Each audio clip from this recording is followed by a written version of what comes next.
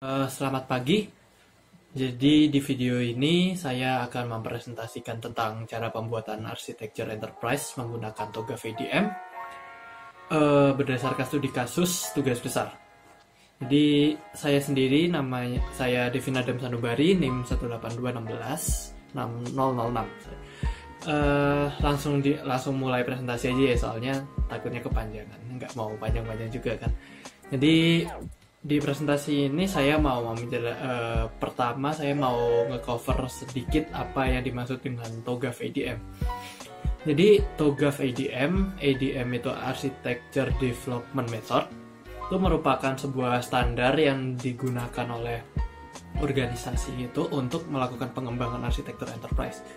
Jadi ini kayak semacam istilahnya kayak template gitu yang digunakan organisasi-organisasi untuk develop enterprise arsitektur apabila emang butuh gitu. Jadi udah ada template-nya gitu menggunakan TOGAF ADM tadi ya. Jadi kurang lebih gambarannya kayak gitu.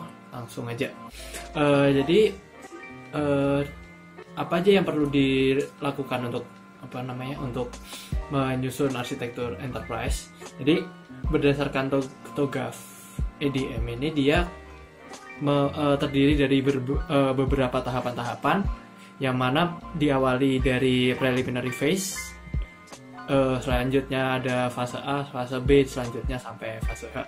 Dan kalau dilihat di gambarnya itu bisa dilihat kalau setelah fase H itu dia balik lagi ke fase A. Itu maksudnya kayak apabila di tengah-tengah waktu pengembangan sedang berjalan, terus kayak ada masukan atau ada pengembangan itu, jadi bisa masuk ke fase A lagi untuk dikembangkan gitu. Terus itu bisa dilihat juga di preliminary sama fase A itu dia tanda panahnya dua arah. Ini juga sama kayak yang tadi, jadi kayak misalkan ada perkembangan atau ada perubahan revisi gitu, dia bisa diulang-ulang gitu ya, supaya waktu dikembangkan itu dia kayak nggak ada istilahnya bukan rancu, jadi kayak berantakan karena dasarnya udah agak berantakan gitu.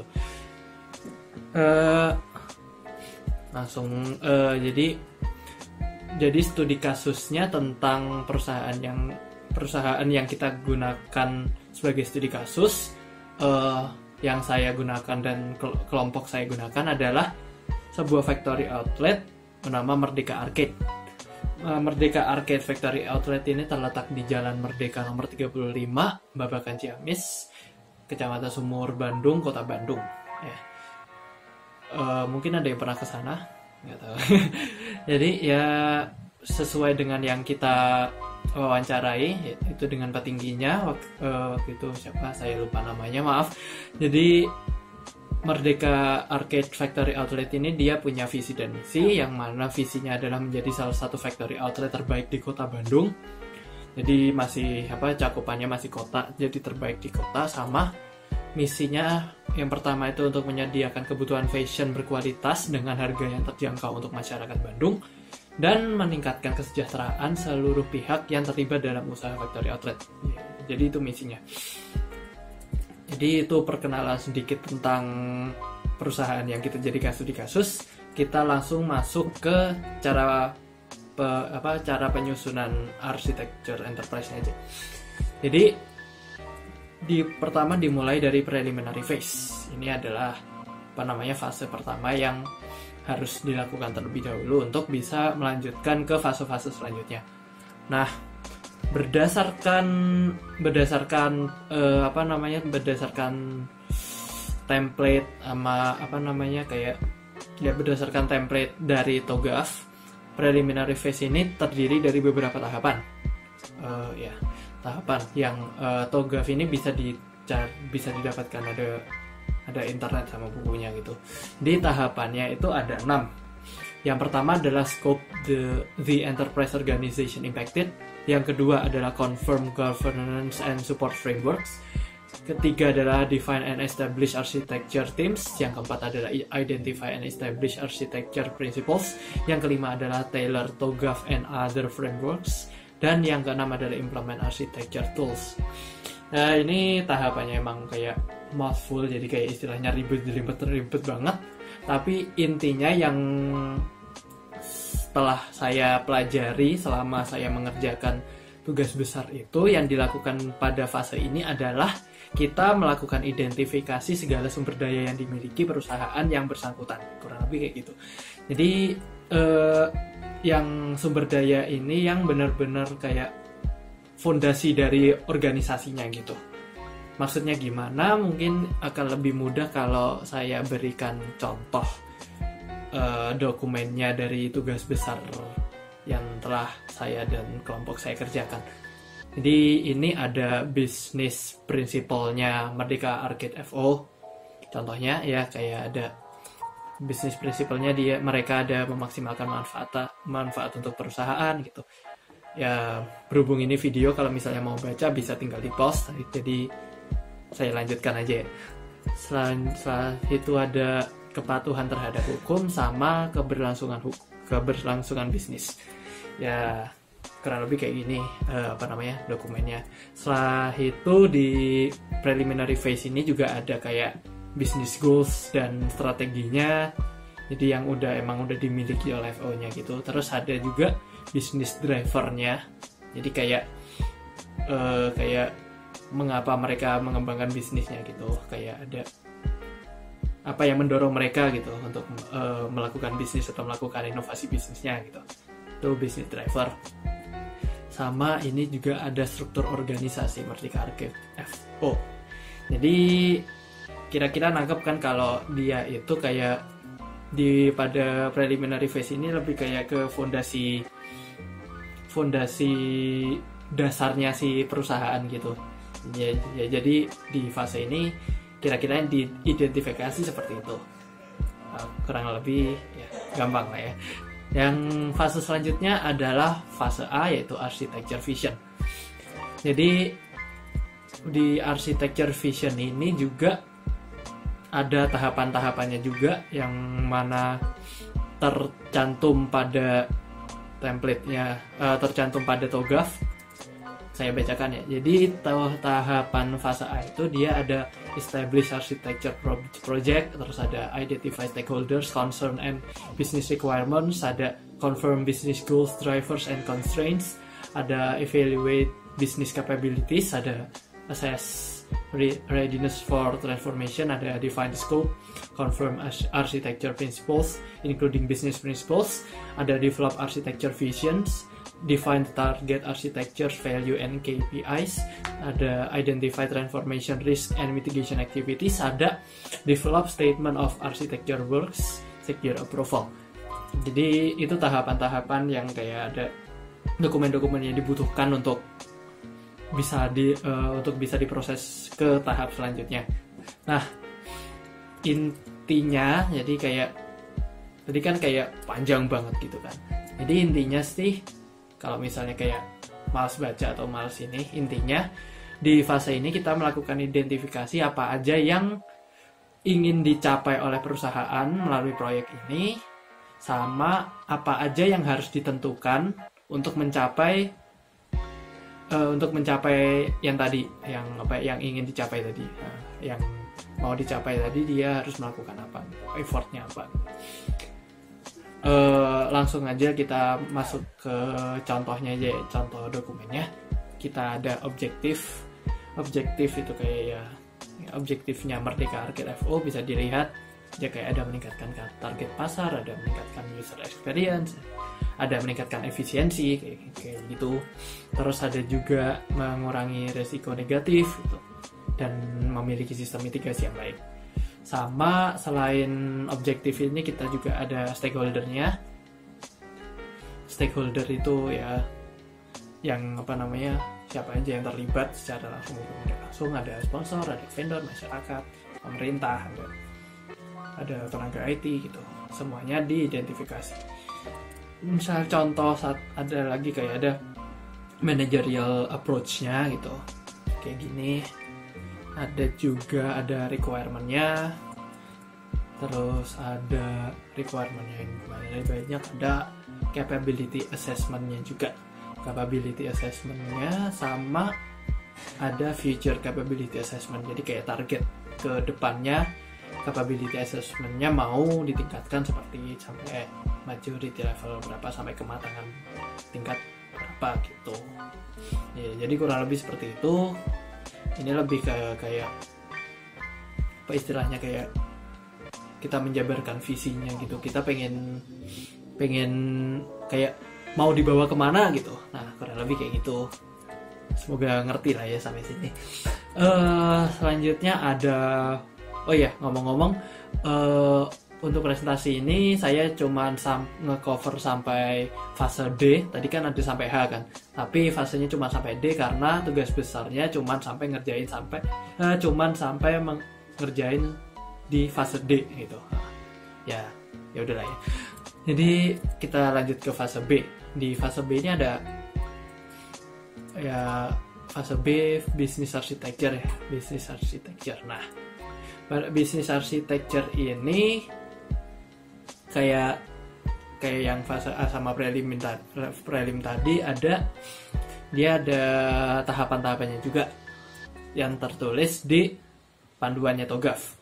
Ada select reference models, viewpoints and tools, ada develop baseline business architecture descriptions, ada develop target business architecture description, ada perform gap analysis, ada identify candidate roadmap components, ada resolve impacts across the architecture landscape, ada conduct formal stakeholder review, finalize architecture, ada create architecture definition document. Nah, jadi itu tahapan-tahapannya. Tapi kalau misalnya diringkas lagi, ya sesuai yang saya tangkap, yang saya pelajari selama mengerjakan tugas besar, yang dilakukan di fase ini adalah kita melakukan pendefinisian arsitektur bisnisnya perusahaan, meliputi yang telah ditetapkan arsitekturnya, jadi kayak baseline-nya gitu, dasarnya yang udah dimiliki, yang telah dijalankan gitu, sama yang sedang direncanakan di proyek ini atau emang lagi pengen kayak dibawa kemana gitu. Ini lebih dibandingkan dengan yang vision tadi, yang ini kita lebih menggambarkan secara lebih rinci gitu, dibawa kayak ya nanti bisa dilihat sendiri dari contoh dokumennya, nanti kayak bakalan kelihatan di visinya. Jadi kita langsung contoh ininya aja, contoh penerapannya. Kita lihat ada business functionnya. Jadi itu agak nggak kelihatan ya, tapi itu kita bisa lihat kayak ada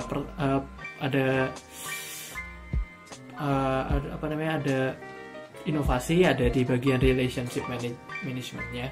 Jadi kayak ini bisa kelihatan kan kalau maksudnya yang kiri itu yang baseline-nya, yang kanan yang ditanda panah ke kanan itu maksudnya ke future-nya. Jadi kayak kita mau jadikan bisnis fungsinya seperti ini gitu. Nah, itu kelihatan, jadi kayak ada perkembangannya gitu. Dan ini jadi kayak lebih istilahnya apa sih, konkret gitu ya. Soalnya udah kita tahu apa yang kita ingin buat, yang ingin kita tambahkan gitu. Dibandingkan kalau vision tadi kan kayak lebih ke kayak aku pengen kayak gini, pengen kayak apa istilahnya, kayak cuman targetnya gitu loh. Tapi kalau yang di fase B ini, basis arsitekturnya, kita sudah merealisasikan apa yang kita inginkan tadi dalam bentuk dalam bentuk layanan gitu, dalam bentuk arsitekturnya gitu. Jadi kayak udah konkret gitu. Itu tadi business function ya. Selanjutnya kita juga lihat contoh business service-nya kayak gini. Masih sama kayak yang tadi. Yang kiri itu yang kiri itu baseline-nya, yang kanan itu targetnya. Selanjutnya ada aktornya. Jadi ini gambarannya secara singkat, proses transaksinya kurang lebih seperti ini. Lalu ada juga top level view-nya, yang di top level view Merdeka Arcade-nya yang disajikan dalam DFD level 0 atau istilahnya konteks diagram ya, referensi lah nyebutnya gimana. Sama DFD level 1 yang atas itu kan dia di garis, ada kayak garis pemisah gitu. Yang atas itu konteks diagramnya, yang bawah itu DFD level 1. Lanjutnya ada top level view merdekanya yang baseline-nya yang disajikan dalam DFD level 2, sama ada target top level view-nya dalam DFD level 3 gitu. Mungkin ada yang penasaran kenapa yang di konteks diagram sama level 1-nya nggak ada baseline sama target. Ini karena untuk dalam pengerjaan tugas besar kami emang konteks diagramnya itu konteks diagram sama DFD level 1 emang tidak ada perubahan gitu. Soalnya proses bisnisnya seperti itu gitu. Jadi kayak nggak perlu, emang nggak diubah gitu lah intinya. Lalu bisa dilihat ini juga ada BPMN-nya, yang baseline, sama ada target BPMN-nya. Lalu ada proses allocation-nya, di alokasinya targetnya baseline sama targetnya seperti itu, dihubungkan dengan tanda panah lagi. Ya, kurang lebih kayak gitu. Kebayang lah ya di fase B ini kita harus membuat apa gitu. Nah yang pasti ini nggak semua, jadi saya nggak ngasih contoh semuanya, nggak saya cover, jadi soalnya banyak banget.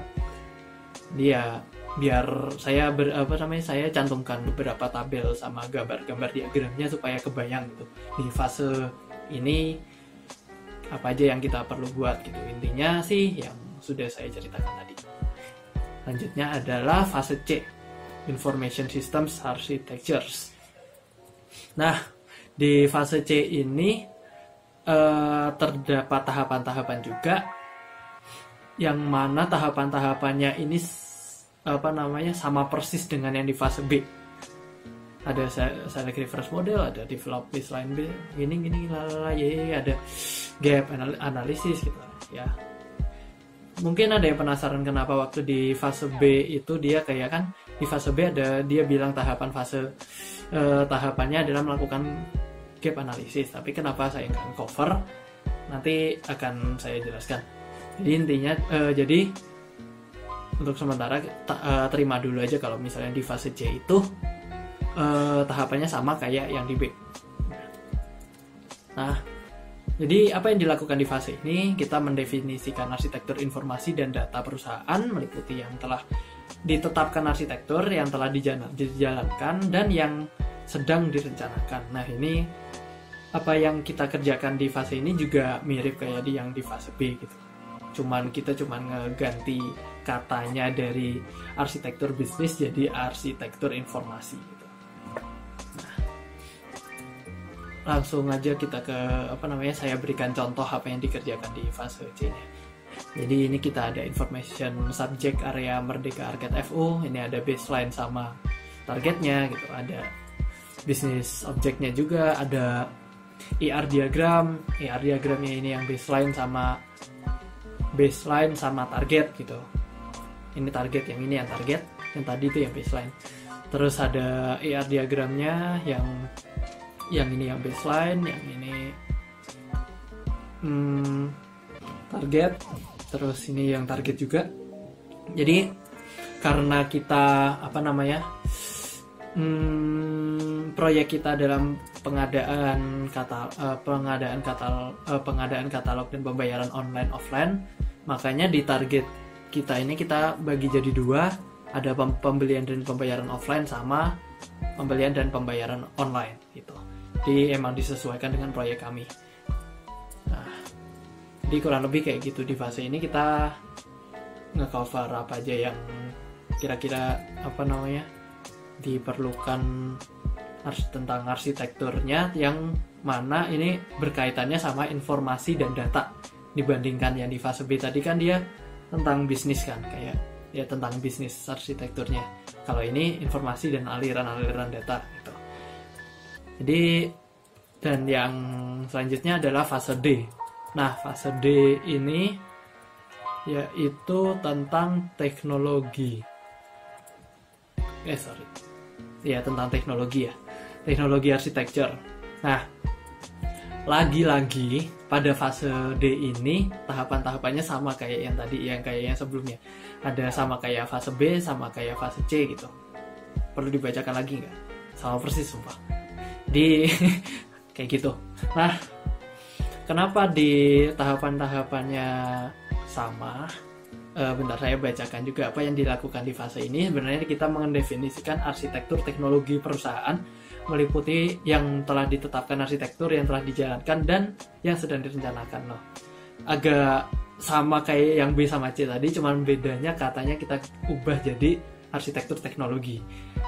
Nah, kenapa sama persis? Soalnya pengerjaan fase C sama D ini sebenarnya kita gabung satu dokumen yang sama dengan fase B.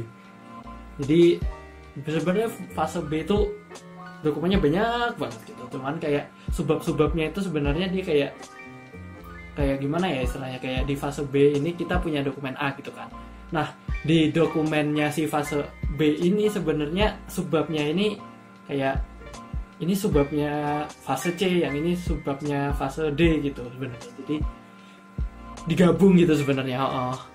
Makanya tahapan-tahapan B, C, D ini sama karena emang dokumennya sama. Ya itu yang saya tangkap ya. Yang saya tangkap kurang lebih kayak gitu. Nah, langsung aja masuk ke contoh dokumennya. Di sini ada teknologi service Merdeka Arcade FO, ada teknologi service. Terus ada juga si logical infrastructure-nya, ada baseline teknologi arsitekturnya, yang mana ini banyak banget. Bisa di-post ya kalau misalnya mau baca-baca ya. Ada ini, saya skip aja soalnya videonya nanti takut terlalu panjang ya.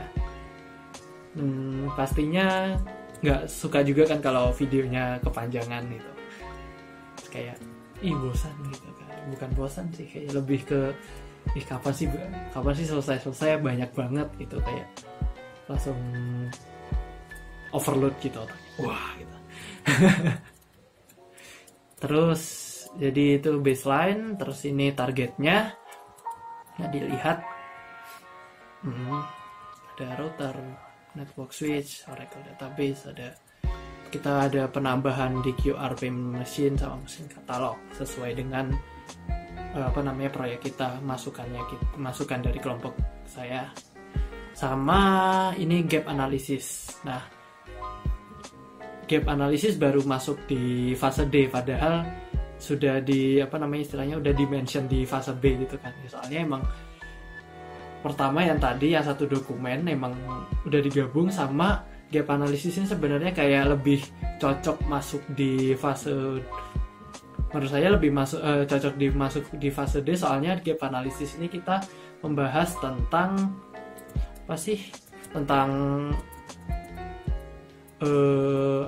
di sini kita melakukan analisis apa saja teknologi atau layanan yang ingin kita tambahkan, yang ingin dihapuskan, sama ada yang ingin dikembangkan gitu kan. Soalnya di gap analysis, makanya lebih cocok masuk di sini. Ya kurang lebih seperti itu. Terima kasih sudah mau mendengarkan dan menonton video saya. Kurang lebihnya saya mohon maaf. Setelah itu, karena sedang di masa-masa karantina dan lagi masa-masa pandemik ini, jangan lupa jaga kesehatan dan jaga kebersihan. Selalu cuci tangan. Berapa detik sih? 20 detik ya? Ya. Selalu jangan lupa pakai masker jika kalau keluar gitu. Ya. Sekali lagi dari saya Devin Adam Sanubari, NIM 1821606. Terima kasih.